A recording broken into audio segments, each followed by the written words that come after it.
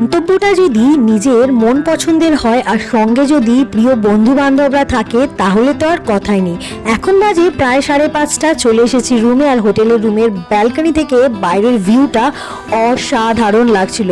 আমাদের হোটেলের একদম অপোজিটে যে হোটেলটা আছে তার বাইরের গ্রাউন্ডটা এত সুন্দর ফুলে ভরা, সকাল সকাল দেখতে বেশ ভালো লাগছিল।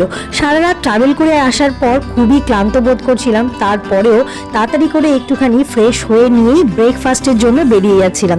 আর এই দেখো এখানে একটু ফান্টু মেরে আমরা একটু ফটো সেশনও করে নিচ্ছিলাম। যাই হোক, তাড়াতাড়ি করে আমরা বেরিয়ে পড়েছি খাওয়ার জন্য। যে যেরকম ড্রেস পরে এসেছিলাম সেটা পরেই বেরিয়ে যাচ্ছিলাম, মানে আর ছাড়ার মতন এনার্জিও ছিল না। আজকে ব্রেকফাস্টে আমরা ভেবেছিলাম যে খুব হালকা লাইটই খাবো, তাই ধোসা রেখেছিলাম। ধোসা খেতে কিন্তু অসাধারণ ছিল। যতবারই আমরা দীঘাতে গিয়েছি আমরা কিন্তু এই রেস্টুরেন্টটা থেকেই খেয়েছি। এদের খাবার দাবার ভীষণ ভালো। আর কি, বিচের সামনে বসে কয়েকটা ফটো নিলাম। শুধুমাত্র ফটো না, রিলসও বানিয়েছি। তোমরা অনেকগুলো রিলসের মধ্যে দেখেছো, আর কিছুটা বাকি আছে, সেটা আমি খুব তাড়াতাড়ি তোমাদের সঙ্গে শেয়ার করব। এখানে এসে আর একটা অদ্ভুত এক্সপিরিয়েন্স হলো, যখন আমরা তো চলে গিয়েছিলাম খাওয়া দাওয়ার পরে আবারও হোটেল রুমে, তারপরে ওখান থেকে চেঞ্জ করে আবারও স্নানের জন্য যখন এসেছিলাম তখন প্রায় ভাটা নেমে গেছে অনেকটা জল।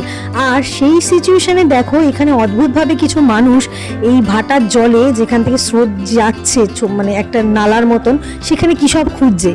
জিজ্ঞাসা করায় বলছে সোনা খুঁজছি, সোনা। জানি না কি হচ্ছে না হচ্ছে, অনেকেই মানে অনেক মানুষরাই খুঁজছে। আমরা তো এখানে এসে আনন্দ করছি, মজা করছি, এটা তো আর বলার কথা না।